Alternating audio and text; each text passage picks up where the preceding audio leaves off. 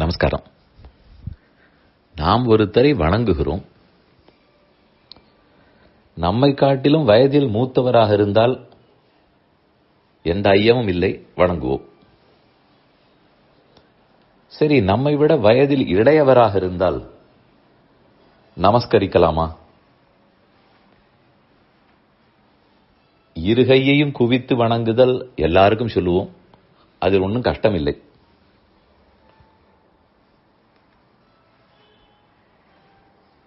கீழே விழுந்து நம்முடைய உடல் முழுவதும் தரையை தொட்டு வணங்குகிறோமே, சாஷ்டாங்க பிரணாமம். அது என்ன வயதில் மூத்தவர்களை குறித்து தான் செய்யப்பட வேண்டுமா? சில இடங்கள் சொல்லுகிறேன். பிரகலாதன் சிறுவன். நாம பிரகலாதனை வணங்குவோமா இல்லையா? அது சரி, அவர் புராணத்தில் இருந்தவர், மிகச்சிறந்த பக்தர். அவரை பற்றி சொல்லவில்லை. பொதுவாக இங்கிருப்பவர்களை பற்றி சொல்லுங்கள். நம்ம குடும்பத்திலே கூட இருக்கலாம். ஒன்று விட்ட ரெண்டு விட்ட உறவுக்காரர்கள் இருக்கலாம். நம்மை விட இளைஞர்கள் இருக்கலாம். வணங்கவா வேண்டாமா? தர்மசாஸ்திர படிக்கு இன்னத்தில் மூத்தவனாக இருந்தால் அவனையே வயதில் மூத்தவனாக கொள்ள வேண்டும்னு சொல்லுகிறார்கள். வயது இளையவனாக கூட இருக்கட்டும். ஆனால் ஆற்றலில் மூத்தவராக இருந்தால் வயது மூத்ததுதான் வணங்கலாம். முதலில் எடுப்பது ஞானம். இன்னாருக்குள் இவர் சிறந்த ஞானியாக இருக்கிறார். அந்த ஞானி இளைஞராக இருக்கலாம். சுகாச்சாரியர் இருந்தார், எப்போதும் 16 வயது, மாறவே மாட்டாராம். அவரை வயதில் மூத்தவர்கள் எல்லாம் வணங்கி இருக்கிறார்கள். ஞானத்தாலே சிறப்பானவர். அதனால இன்னார் மூத்தவரா என்பதை ஞானத்தை கொண்டு சொல்லுவார்கள். அடுத்தது வீரம். போர் வீரர்கள். அவர்களுக்குள் ஆறு சிறப்பான வீரமுடையவரோ அவருக்குத்தான் மூத்தவர்ங்கிற பட்டம் கிடைக்கும். பதவி கிடைக்கலாம், கிடைக்காமல் போகலாம். ஒருத்தர் வயதில் மூத்தவர் சேனாபதியாக கூட இருக்கலாம். ஆனா பாராட்டு, புகழ், வணக்கம் இது யாருக்கு கிடைக்கும்?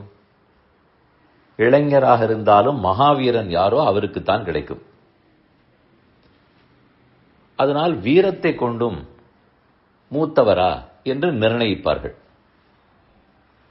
அடுத்தது பெரிய வியாபாரிகள்னு வைத்துக் கொள்வோம்.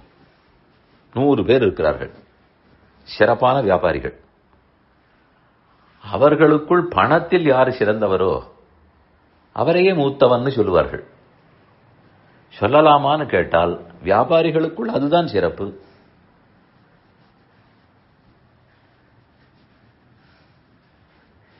இதே 10 பேர் சன்னியாசிகள் இருக்கும்போது பணத்தால் சிறப்பானவரா மூத்தவரா கேட்க மாட்டார்கள். அதே வியாபாரிகளுக்கு நடுவே பேசும்போது கண்டிப்பா துலாக்கோலால் அளப்பார்கள். இப்படி ஞானத்தாலே மூத்தவர், வீரத்தாலே மூத்தவர், தனத்தாலே பணத்தாலே மூத்தவர், இப்படி ஒவ்வொரு இடத்திலும் சொல்லுவார்கள். இங்கெல்லாம் வயதால மூத்தவர்னு மட்டும் சொல்லுவதில்லை, அது பொதுவான பேச்சு. ஒருத்தருக்கு 60 இருக்கிறது, இன்னொருத்தருக்கு 50 இருக்கிறது. என்னால் 50 வயசுக்காரர் 60 வயசுக்காரரை வணங்கலாம். இது பொது. ஆனா விசேஷித்து பார்த்தால் இன்னத்தில் சிறப்பு. சன்னியாசிகள் காஷாய வேஷ்டி உடுத்திக் கொண்டு சன்னியாசிகளாகவே இருக்கிறார்களே, அவர்களுக்கெல்லாம் சாதுர்மாசியம் என்ற ஆண்டுக்கு ஒரு முறை விரதம் உண்டு. விரதம் இருக்க வேண்டும். எங்கும் பயணிக்க மாட்டார்கள். சாதுர்மாச சங்கல்பம்னு சொல்லுவார்கள். ஒரு சன்னியாசி பட்டம் ஏற்றுக்கொண்டு சன்னியாசியாகி 20 ஆண்டுகள் ஆகின்றன வைத்துக் கொள்வோம். அவர் 25 வயசுக்கே ஏற்றுக்கொண்டு விட்டார். இப்போது 45. இதே மற்றொரு சன்னியாசி 50 வயசில் சந்நியாசம் ஏற்றார். அவர் 10 ஆண்டுகளாக சன்னியாசியாக இருக்கிறார். இப்போது வயது 60. இவருக்கு 60, அந்த சன்னியாசிக்கு 40. முதல்ல சன்னியாசின்னு பார்த்தபடியாலேயே எல்லாவற்றையும் துறந்தவர், தாராளமா நமஸ்கரிக்கலாம். அடுத்த ஒரு விதி, யார் அதிகப்படியான சாதுர்மாசிய சங்கல்பங்களை ஏற்றிருக்கிறார்களோ அவர்கள் மூத்தவர்கள். இது ஒரு விதி உள்ளது. 40 வயசுக்காரர் 45 வயசுக்காரர் 20 வருஷமாக சங்கல்பம் பண்ணியிருக்கிறார்.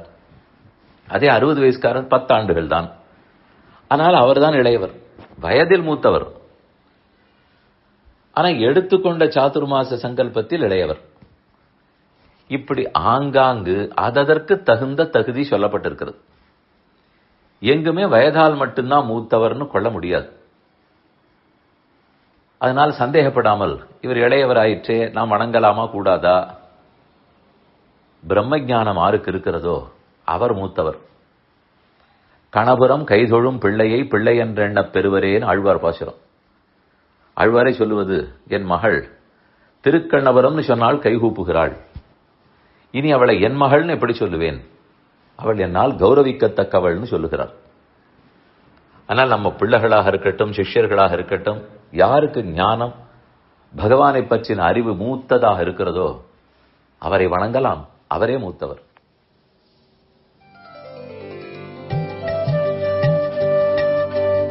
இந்த என் பணி ஆடியோவை உங்களுக்காக வழங்கியவர் வேலுக்குடி ஸ்ரீ கிருஷ்ணன் சுவாமி. இந்த ஆடியோவை தினமும் உங்கள் மொபைலில் பெற கிஞ்சித் என் பணி KINCHITENPANI என்ற ஆப்பை கூகுள் பிளே ஸ்டோரிலோ அல்லது ஆப்பிள் ஐ ஸ்டோரிலோ டவுன்லோட் செய்து கொள்ளவும். தினம்தோறும் இது போன்ற உபன்யாசங்களை கேட்டு மகிழவும்.